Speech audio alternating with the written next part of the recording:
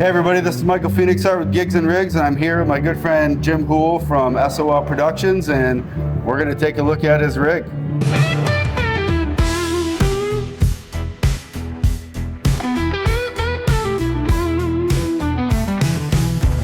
How did you get into lighting? Like, I mean, we were talking earlier that I remember when you first started getting into the lighting industry. This one back when we still had gels on lights and stuff, and yeah. I mean, this is a completely different animal than I have no idea even what's happening here right now. Yeah, it's can get overwhelming sometimes. Yeah, but it looks like you look like you're dialed in and right at home. So like, how did you get into like this level of lighting craft? Because that's how I see it at this point. Yeah. With many years of playing music and loving the production and a live concert, thing going on. My stepfather, when my mom and my stepfather got together, he was already doing sound and production, and he had the par cans with the gels on them, and whenever I joined them at the bar, he would ask if I wanted to just move some of the faders up and down. I was like, absolutely. So I got intrigued by that, with how it looked on stage and how it was interacting with the bands playing and whatnot, and how the crowd helped the crowd move around and dance. And so I eventually got into more of that with buying just a couple of my own lights, and then over time, just eventually developing into the computerized system of programming, and then just here we are, And I just got done watching a amazing set you did for Transient Kicks at Church of the Chill, and like I texted you and I told you it was like top notch. It was like watching a big Mo show or a big Humphreys show or something at like SPAC. It was like top notch. I was watching the lights and I'm like, whoa, who was doing the lights? And then it hit me. I was like, I know who's doing the lights, and I'm calling them right now. It was amazing. It was an amazing show.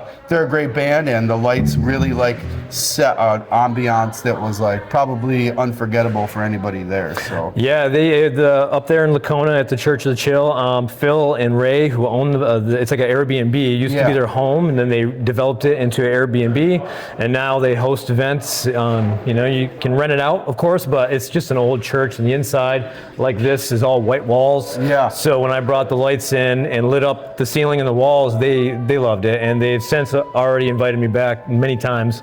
So throughout January and February coming up great, here, so I'm excited too. And it was a great experience. And the Transient Kicks, I'm working with them all the time. I've seen video and photos you've done. And you also do a lot of photos. You've been up with Mo, like, I don't know, what, like 1,000 times now? A couple. With Mo, you've been at Saranac, you've been all over the place taking photos. You've done photos for my band and Adrian's band, and those are top notch as well. So I knew like right away, if we were going to come talk to Jim Houle's new lighting company, that this was going to be top notch, and I'm not disappointed at all. Like, again, like looking at the setup, it's pretty immaculate. Run us through like some of what you got going on here. Like, how does like just a little basic stuff, because I'm pretty sure it's super advanced, but. Well, it kind of starts out basic, but then the more and more you work with it and you understand where things are and how you can place, customize your options from like working on the fly. If a band wants to do strobes, you can just hit one button. And so it just kind of starts a little basic, and then you work out from there. Compared to a lot of other, lighting directors and designers that have full $100,000 consoles, this is much cheaper. It's not a console. It's just kind of like all MIDI boards that are, drum pads kind of, but they change color, and you just program it however you want it to be. And so do you have like your personal like basic setup that you like to use, and then from there you kind of like work out or spread out for whatever band you're working with? Yeah, it's kind of made right now that I can busk, like work on the fly, work for any band, and then just program a little bit depending on what they are wanting or whatever their music is. If it's fast, I can do a lot of changing, or if it's jammy, I can improvise and start doing cool things, and slower, jams and whatnot. And so we got big laser lights, we got moving heads. What other kind of lights are we like working with here? LED. So we have LEDs on the front to shine on the front of the band. We have crowd blinders to kind of help with the, to throw out in case they want to cheer and have that whatnot. moment. Yeah. And then also, I have a follow spot that I just bought for this, but we decided not to use it last minute. Right. And the back line is we have moving heads and we have vertical LEDs. Just eye candy is what they really call it. Things that twinkle, things that move around, and and that change colors. So all the stuff that makes a show just like that much better. Honestly. Yeah. And then two haze machines, one on each side to kind of throw some light smoke in the air and light smoke, not choking everybody out for the evening. Yeah.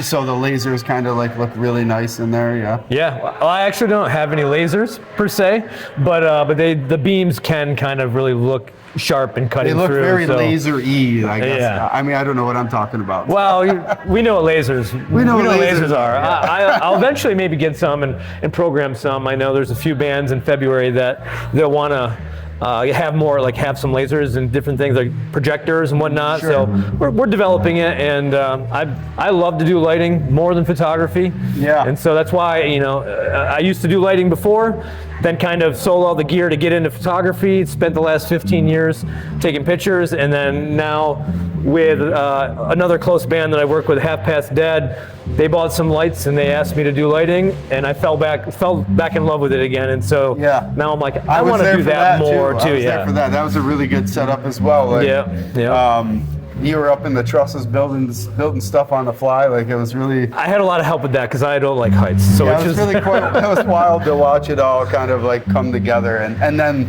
between the photography and the video and everything that was going on and being there live, it was a hell of a good show. And then you're talking about at the barn shows that are barn show, at Whistler Ridge in Canastota. It's a horse training facility. They love to have concerts, and we bring in staging, and Paul and Sarah just like let it go, and we have fun. We have food, music.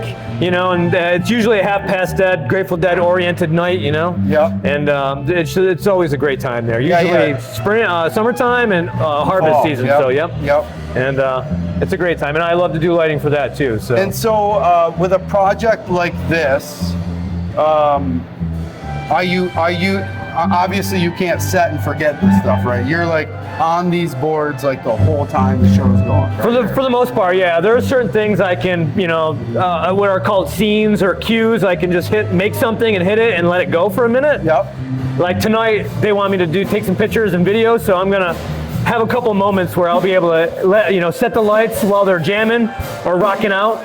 And then I'll be able to run up with my camera and take some pictures. Some photos. Yeah. Okay, that's cool. I like to stay with the board the whole time and actually just keep on it the whole time, Yeah. But that's interesting that you can actually multitask like that. Yeah. It's a lot of work, and it gets, And so what do we got over here with this setup here? What are we looking at there?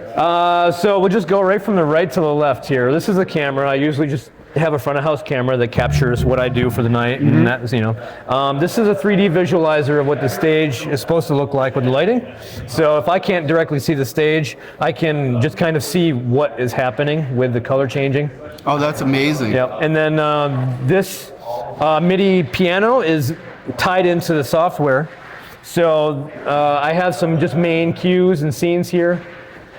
Right, but then also the keys are just acting as like a flash button, or not flashes per se, but if I hold it down, it'll just continue to do something until I let go. That's amazing. And then it'll go right back to the previous setting, the scene that was. So you can jump in live while it's going through whatever scene it's going through. You can just jump in live and add some nice cool stuff. Yep. If I want to do that, they probably won't like the strobes right now. If I just want to push down on one and strobe the lights for a moment, and then as soon as I let off, it goes right back. So that's amazing. It's just a little touch, little enhance here. Yeah, that's great. And then I also have two touchscreens, touchscreen monitors here with it's an inexpensive program, Chauvet Show Express. It's just very user-friendly. It's good enough, but right now, actually, at the moment, I am switching over to the most professional universal program, which is MA Lighting, a grand MA. Yep. And so hopefully by the new year, I'll be able to be on that And then that's a whole different animal. How long So, did it take you to learn this program style? Not really too long. Over the months of spending a lot of time with it and just programming things here and there, it just takes a lot of time. Yeah. Just like, learning a new video game or, whatever the case phone or is, a new whatever. phone. Yeah, it Yep. just takes time. More and more you use it, you work with it. And then so everything is just touch screen, so I can touch it and the lights will do something. Every single thing, there's multiple pages. This is just kind of like a main utility page. So if I the lights want to change the design, can't see it right now on the walls or whatever, but and there's just all the different things. Anything that's got a color on it is a certain color for a group of lights or a certain light or a look of some sort. So. And this looks super user-friendly, actually. Yeah, once you understand how it can be placed out and tiled, it's just kind of how preference of the lighting designer wants it. And is to be. that what you've done here? This is all your design and your preference of how Yeah. to interact with it? Yep, That's great. absolutely. Yeah, it's all just organized and preset the way I want it. So. That's awesome. And then also all these faders here too. These faders act as main dimmers for certain lights. So if I want to turn certain lights on and off, if I can take all the lights down or up, That's great. I can just kind of organize that on the fly and move do some it stuff as in I and go. out. Yeah. There's some nice fading Yep. patterns. One of them is for the front lights, easily, nice and just up and down. There's a section here, so if I want to just do a spotlight on the front singer, for example, if I just want to take all the lights out but just have the piano lit up. That's I nice. can do that, and then I can just undo it, and it'll go back to the previous lighting. So, That's amazing. So, That's great. Yep. It's just kind of it's all preference on how organized or unorganized I am or can be. Yeah, no, it looks like a solid setup. It looks really nice and clean too. And mainlined, nice and streamlined here. OCD for sure. Yeah, which is great. I walked in and I was like, wow, this is a really beautiful, nicely laid out setup. So it looks really good. Yeah, thank you. So how do people get in touch with you? So people can reach out to me, email, cell phone. If you want, you can throw up my information on the screen on the video. Sure. I need to make some new business cards here pretty soon. But yeah, I'm right from this area, from Central New York. So, they can. What's the email address? Well, Soul Productions or SOL Productions. Yep. CNY@gmail.com. If Great. anyone ever reaches out to you and wants to get a hold of me, you can give them my number. Absolutely. So. Well, we're kind of a big deal now, so I'm sure lots of people are going to see this, and lots of people are going to start reaching out. And I know we'll probably be seeing you in the future, so that'll be of course. Yeah. That'll be great. So. Well, thanks for having us. Yeah, thank you guys. Thanks for bringing us out here to this amazing place. Where are we at again? We're at the Haven of the Wild, which is the new event center and Big Cat, exhibits for the wild in Chittenango here in New York. This is a first-time dinner and a show thing event with a Billy Joel tribute band called the Downtown Men. They consist of a lot of great national musicians that travel. They tour all the time. That's awesome. So they invited me out to be a part of this, and everyone here is really excited about how it's turning out. We've got almost 400 people coming tonight for a first show of this. That's pretty significant, yeah. Yeah. And this venue is just absolutely immaculate. It's beautiful. And the fact that you can just go outside and probably hear a lion roaring is also pretty wild as well. Wild for sure. Wild for sure. And also, the owner Jeff Taylor, he's putting this all on, and so thank you to him for having us here to have fun with your event and your venue. So yeah, great. Well, you can reach out to Jimmy. You'll see all of his stuff on the video. And check out SOL Productions and check out Jim Houle Photography. He's on Facebook and all the other good stuff. So check him out on all the platforms. And as always, stay tuned and stay dialed in.